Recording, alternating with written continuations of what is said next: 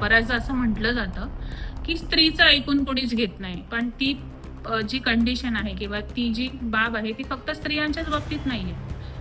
ऐकून घ्यायला पाहिजे तर ते सगळ्यांचंच ऐकून घ्यायला पाहिजे. मग ते एखादं लहान मूल असेल, एखादं वयात आलेलं मूल असेल, एखादी स्त्री असेल, एखादा पुरुष असेल किंवा एखादे म्हातारे व्यक्ती असतील. कोणाचंही, अगदी कोणाचंही. बरं इथे जेंडर बायस पाहिजे का? स्त्री आणि पुरुष असं नाही. एक माणूस म्हणून आपण सगळ्यांचंच ऐकून घेऊ शकतो.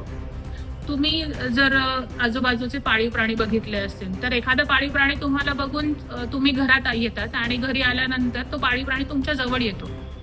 त्या पाळीव प्राण्याला सुद्धा भूक असते, की तुम्ही त्याच्याकडे बघावं, तुम्ही त्याचं काहीतरी ऐकून घ्यावं. बरेच पाळीव प्राण्यांचे पालक असे त्यांचे प्रसंग सांगतात, की आमच्या टॉमीला ना किंवा आमच्या मनीला ना मी कोणाशी बोललेलं चालतच नाही. तर ते प्राण्यांचं सुद्धा अगदी नैसर्गिक वर्तन आहे. ते माणसांचं का नसावं बरं?